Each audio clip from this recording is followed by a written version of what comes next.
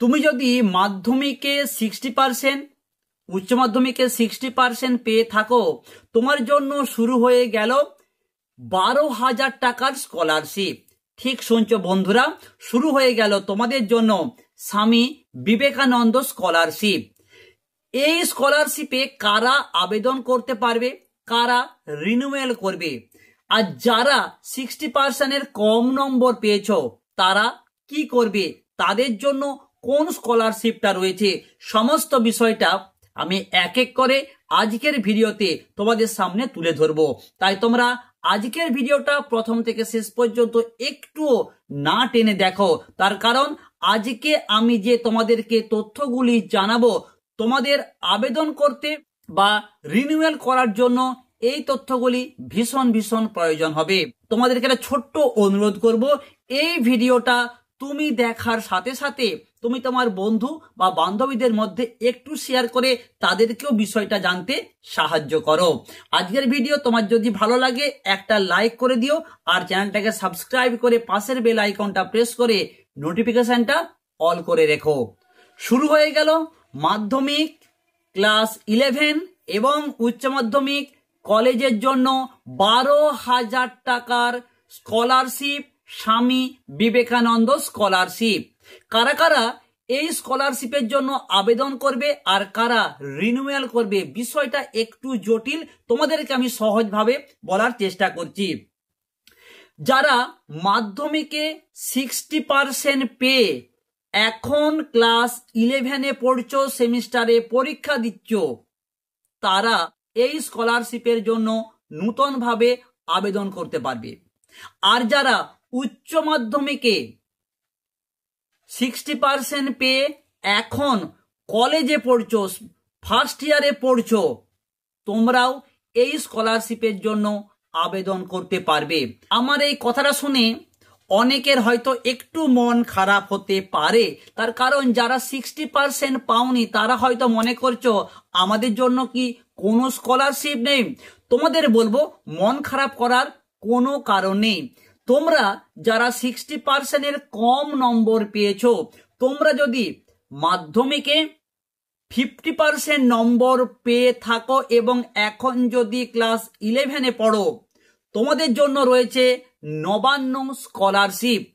তবে এক্ষেত্রে তোমাদের আমি বলবো, নবান্ন স্কলারশিপ এবং স্বামী বিবেকানন্দ স্কলারশিপ দুটো টাকা কিন্তু একসঙ্গে কোনো স্টুডেন্ট পাবে না। যারা 50%-এর বেশি, 60%-এর কম, তাদের জন্য নবান্ন স্কলারশিপ, আর যারা 60% বা তার বেশি নম্বর পেয়েছো তাদের জন্য স্বামী বিবেকানন্দ স্কলারশিপ। আমি পরবর্তী একটি ভিডিওতে এই নবান্ন স্কলারশিপ নিয়ে অবশ্যই আলোচনা করব। এই গেল একটা প্রশ্ন, কারা কারা আবেদন করতে পারবে।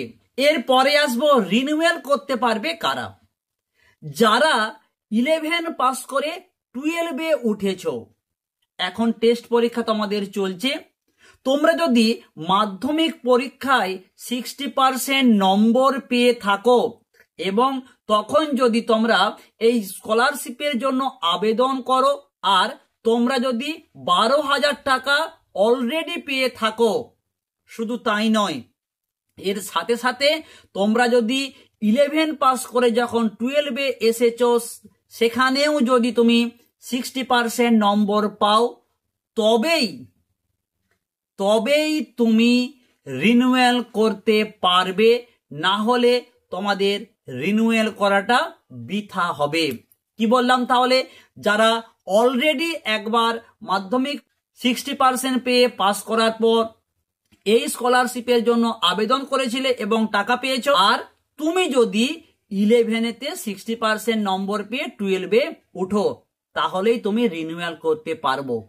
এই ক্ষেত্রে হয়তো তোমাদের অনেকের মনে একটা প্রশ্ন আসতে পারে যে স্যার, আমি মাধ্যমিকে 60%-এর কম নম্বর ছিল, আমি তখন আবেদন করতে পারিনি, কিন্তু 11-এতে 60% বা তার বেশি নম্বর পেয়েছি, তাহলে কি আমি এই স্কলারশিপের জন্য রিনিউয়াল করতে পারবো? না, তোমার জন্য রিনিউয়াল আবেদন কোনোটাই গ্রহণযোগ্য নয়। তাহলে কারা আবেদন করতে পারবে আর কারা রিনিউয়াল করবে বিষয়টা তোমাদেরকে খুব সহজভাবে বোঝানোর চেষ্টা করলাম। তোমাদেরকে আমি একটা ওয়েবসাইট বলবো, তোমরা এই ওয়েবসাইটে গিয়ে তোমরা নিজেরা আবেদন করতে পারো, কিংবা কোনো ক্যাফেতে গিয়ে আবেদন করতে পারো। তবে পুরো প্রসেসটাই কিন্তু তোমাদের অনলাইনের মাধ্যমে করতে হবে।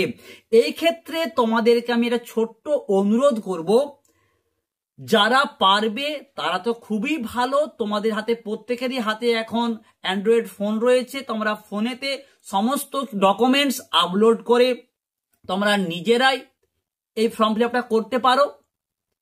আমার ওপিনিয়ন যদি তোমরা চাও, আমি তোমাদেরকে বলবো, এখন প্রত্যেকটা গ্রাম থেকে প্রত্যেকটা শহরে অনলাইনে অনেক জায়গায় কাজ করা হয়, তোমরা সেই সমস্ত ক্যাফেতে যে অবশ্যই এই স্কলারশিপটা অনলাইনে আবেদন করবে। এই ক্ষেত্রে তোমাদের জানিয়ে দিই, যারা নতুন করে আবেদন করবে, তোমাদেরকে প্রথমবার যখন আবেদন তোমরা করবে, তোমাদেরকে একটা নতুন করে রেজিস্ট্রেশন করতে হবে।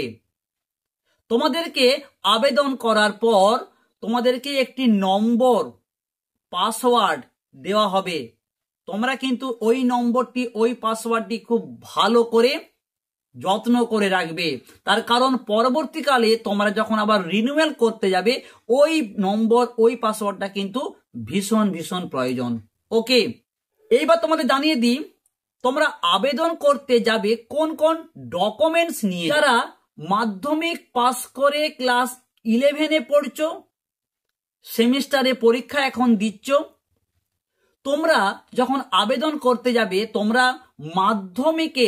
মাধ্যমিকের মার্কশিট নিয়ে যাবে, এবং যখন তোমরা আবেদন করবে, ডকুমেন্টসটা জমা দেবে, অবশ্যই দুটো দিক পিডিএফ করে দেবে।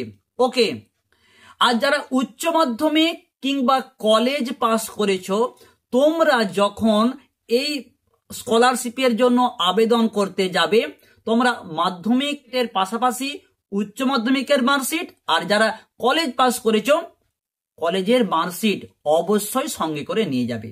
ঠিক আছে।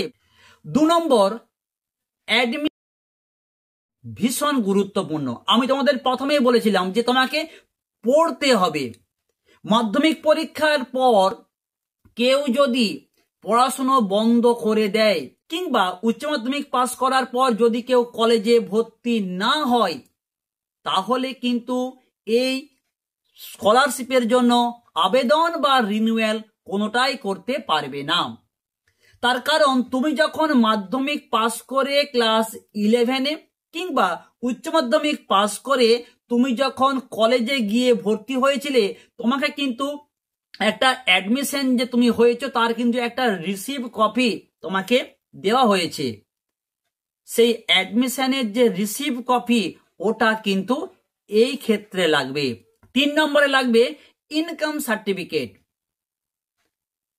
যে সমস্ত পরিবার বাৎসরিক 2.5 লক্ষ টাকার কম বেতন বা উপার্জন, তারাই এই স্কলারশিপের জন্য আবেদন করতে পারবে।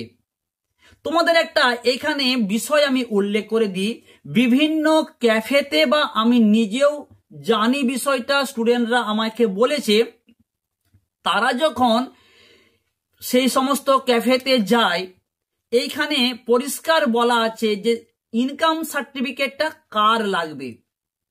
ইনকাম সার্টিফিকেট লাগবে এসডিও, বিডিও, জয়েন্ট বিডিও, এনাদের ইনকাম সার্টিফিকেট তোমাকে শো করাতে হবে। তুমি যদি গ্রাম পঞ্চায়েত বা প্রধান বা এমএলএ এর ইনকাম সার্টিফিকেট নিয়ে যাও, তোমাকে হয়তো ক্যাফেতে গিয়ে বলবে একই ব্যাপার, এটাও চলবে। তাহলে কিন্তু বন্ধুদের আমি বলবো, তোমরা যদি এমএলএ বা গ্রাম পঞ্চায়েত বা প্রধানের সার্টিফিকেট নিয়ে যাও, সেক্ষেত্রে টাকা না পাওয়ার সম্ভাবনা কিন্তু 100% থেকে যাবে। ওকে, তাই তোমাদের ইনকাম সার্টিফিকেটটা লাগবে এসডিও, বিডিও কিংবা জয়েন্ট বিডিও। এর সঙ্গে তোমার প্রয়োজন আধার কার্ড কিংবা ভোটার কার্ড, কোনো একটা ডকুমেন্টস তোমার জন্য প্রযোজ্য হবে। আর একটি ভীষণ জিনিসের প্রয়োজন, সেটি হলো ব্যাংকের পাসবই। অর্থাৎ ব্যাংকের যে পাসবইয়ের যে প্রথম পেজটা, যেখানে তোমার অ্যাকাউন্ট নাম্বার, আইএফসি কোড, এই পেজটা তোমাকে আপলোড করতে হবে। তাহলে তোমাদেরকে আরো একবার জানিয়ে দিই, তুমি যখন এই স্কলারশিপের জন্য আবেদন করতে যাবে, তোমার কি কি বিষয়গুলো লাগবে। তোমার মার্কশিট লাগবে, সেটা মাধ্যমিকের হতে পারে, উচ্চ মাধ্যমিকে পড়লে উচ্চ মাধ্যমিকের, বা কলেজে পড়লে কলেজের। Admission receipt copy. 3 নম্বর, ইনকাম সার্টিফিকেট অবশ্যই এসডিও, বিডিও বা জয়েন্ট বিডিওর চাই, পঞ্চায়েত প্রধানের নয়। আধার কার্ড, এখানে বলবো আধার কার্ডের জেরক্স তোমরা নিয়ে যাবে না, অরিজিনাল আধার কার্ডটা নিয়ে যাবে। সেই ক্যাফেতে গিয়ে তোমার আধার কার্ডটাকে তারা পিডিএফ করে সেখানে আপলোড করবেন। ওকে। আর লাগবে ব্যাংকের পাসবই। আচ্ছা, এ তো গেল আবেদন যারা করবে তাদের জন্য। যারা রিনিউয়াল করবে তাদের জন্য কোন কোন তথ্যগুলো লাগবে।